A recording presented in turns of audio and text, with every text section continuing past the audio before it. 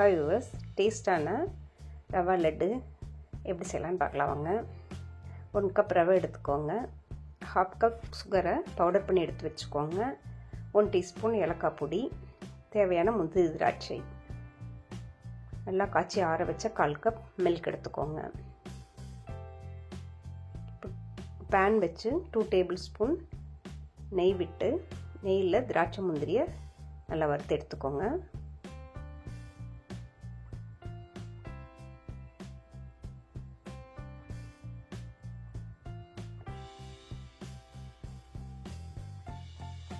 முந்திரி திராட்சை இது போல் வறுத்து எடுத்ததுக்கப்புறம் அந்த மீதி இருக்கிற கீலியே எடுத்து வச்சுருக்க அந்த 1 கப் ரவையை போட்டு ஒரு 3 நிமிஷத்துக்கு நல்லா டோஸ்ட் பண்ணி விடுவோம்.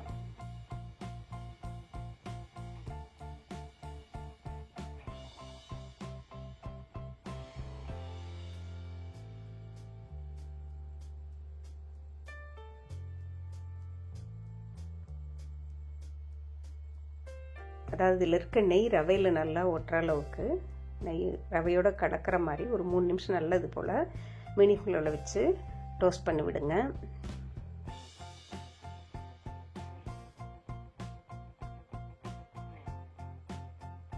நெய் ரவையோட நல்லா கலந்ததுக்கப்புறம் கண்டினியூஸாக ஒரு 6 நிமிஷம் ரவையை நல்லா இது போல் வறுத்து விடுங்க.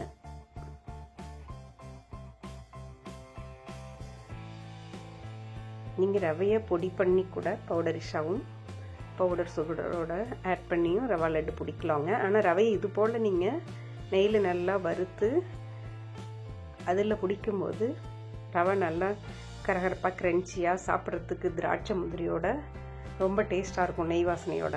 அதனால் இது போல் செஞ்சு பாருங்கள். எடுத்து வச்சுருக்க பவுடர் சுகரை இதில் கலந்துக்கோங்க. இப்போ 7 நிமிஷம் நல்லா ரவை வறுபட்டுருச்சு.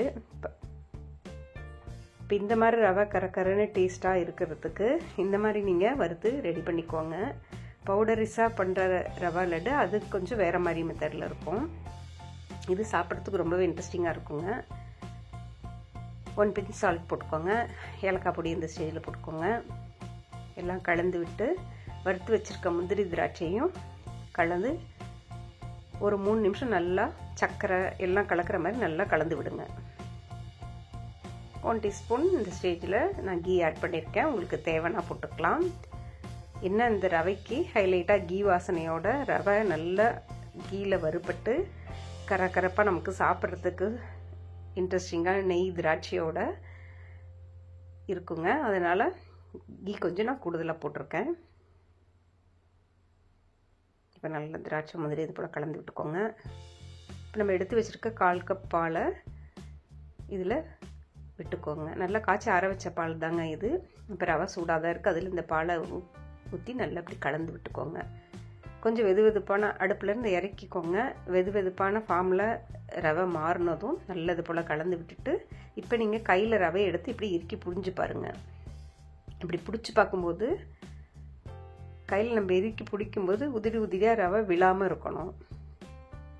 பாருங்கள், விழாமல் கிடைக்குது நமக்கு. ஸோ இப்போ இந்த பதம் கரெக்டாக இருக்குது. 1/4 கப் நமக்கு பால் போதுமானதுங்க. அதுக்கு மேலே பால் ஊற்றிட வேணாம். நல்லா கொஞ்சம் வெதுவெதுப்பான சூடு இருக்கையில் ரவையை இப்படி இறுக்கி பிடிச்சி உருட்டினீங்கன்னா நல்லா இது மாதிரி வந்துடும். ஆறுனதும் இன்னும் கொஞ்சம் டைட்டாகிக்கும். கொஞ்சம் சூடாக இருக்கையிலே இது போல் ரவையை பிடிச்சிக்கோங்க, லட்டு பிடிச்சிக்கோங்க. குயிக்கான வேலைங்க. 10 நிமிஷத்துக்குள்ள இந்த வேலை முடிஞ்சு போயிடும். டேஸ்ட்டாக இருக்கும். நெய் வாசனையோட ரவையோட கரகரப்பான டேஸ்ட் ரொம்பவே சூப்பராக இருக்கும். இது போல் செஞ்சு பாருங்கள், என்ஜாய் பண்ணுங்கள்.